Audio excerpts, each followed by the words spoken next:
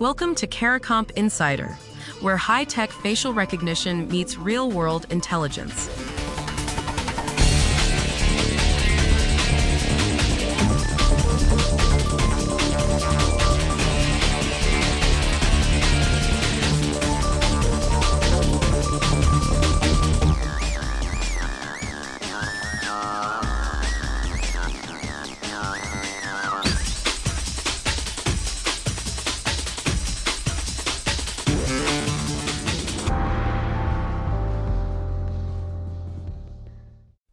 Your phone has quietly scanned thousands of faces from your photo library. You never signed a form. You never clicked yes. And right now, two of the biggest phone makers on Earth are getting completely opposite answers in court about whether that's even legal. If you own a smartphone, this story is about you. Open your Photos app. There's probably a People tab, pictures sorted by who's in them. Your phone did that by measuring faces. Yours, your kids, the stranger in the background of a birthday photo. On August 7, 2026, a federal appeals court looked at that exact feature on Samsung devices. Meanwhile, Apple is staring down a lawsuit worth tens of billions of dollars over the same thing. Same technology, two courts, two different answers, so which one's right? Start with Samsung. A group of Samsung phone and tablet users sued over that face grouping feature. The Seventh Circuit, a federal appeals court, refused to let the case move forward. But the reason matters more than the result. The court said the users hadn't shown that Samsung actually possesses their face data. The app groups unidentified faces together. It doesn't hand names to Samsung. So the court decided that grouping faces isn't the same as owning your biometrics. That's a narrow, technical win, not a green light.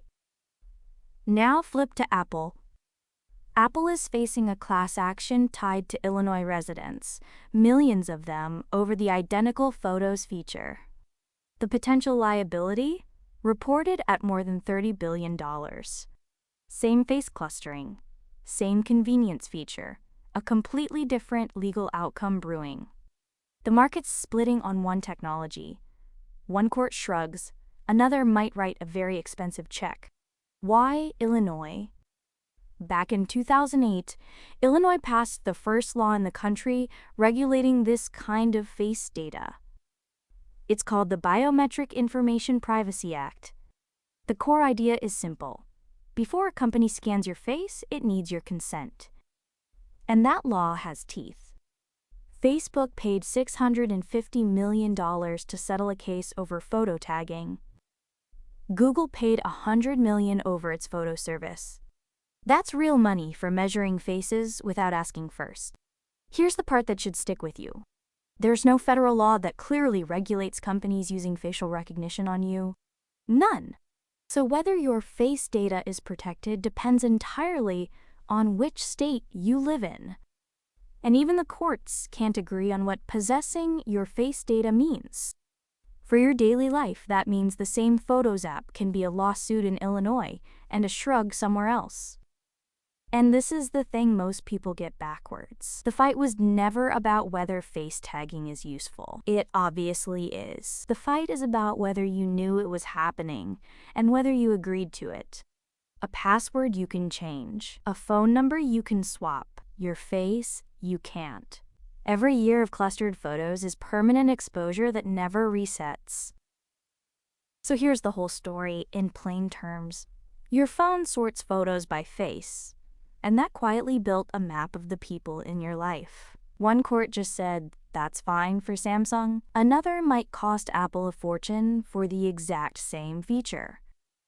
The law hasn't caught up to what's already in your pocket. You don't need to panic, but you should know your face was scanned and nobody clearly asked. The full story's in the description if you want the deep dive. Now you know something most people in this industry don't. Use it. And when you're ready to put it to work, caricomp.com. We'll see you tomorrow.